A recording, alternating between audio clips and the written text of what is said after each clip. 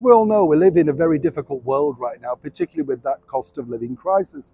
Every penny counts, as we often say, and it doesn't matter where you're watching in the world, we seemingly all have the same problems. I was talking to a colleague recently who's very high up in the retail world, and he said the difficulty now, though, is that people are used to a better style of living, a better cost of living, if you like, not just with monetary terms, but what they're willing to eat. And as we've often said here on the show, we mainly like traditional things, don't we? There are very simple, nutritious dishes that could still be made, but are not actually made because they don't necessarily teach cooking, or indeed people don't think it's the right thing for them. How about things like bananas and custard?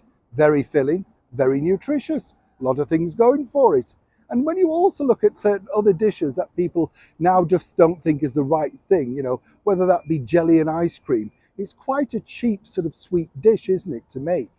Which got me thinking, because a colleague of mine, a rather elderly colleague, told me all about these, the British restaurants from the 1940s. And he said he was stunned that nobody had actually brought them back, particularly in this current climate. And he has a point. What I wanted to ask anybody out there today was, did you ever dine at a British restaurant? They were set up more or less just after the start of the Second World War, so I know I'm asking people of a certain generation.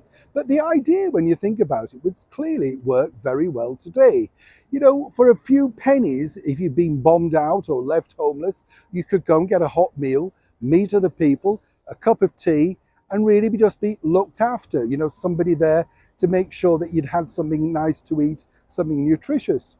He told me that, the basic food was very nutritious indeed.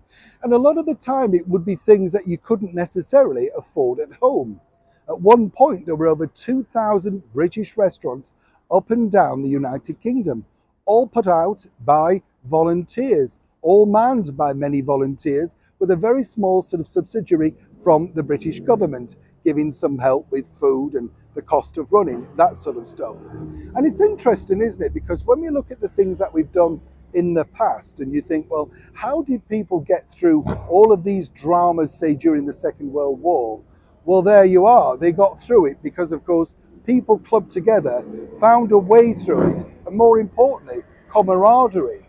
When you look at today, so many people really don't want to necessarily reach out. I'm not saying that's their fault, or indeed the fault of, say, the government.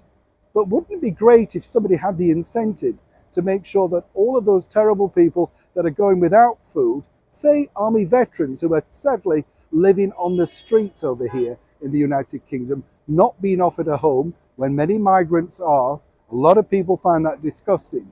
But if they had the opportunity to maybe try and get back on track, go for a meal at, say, a British restaurant, and maybe even have a corner where there's some computer software where they could get themselves, connected, CVs, that sort of stuff. But everything comes a full circle. And when you look at this particular picture, you realize, don't you, that nothing is new. It's just the phrase. Today, we call it the cost of living crisis.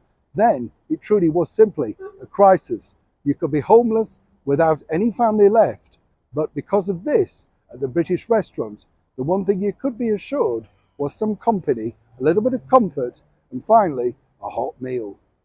Anybody else feel the same way? I'd love to know, as I say, if anybody experienced them or anybody shared memories with them about these particular venues. Neil Sean in the very heart of London.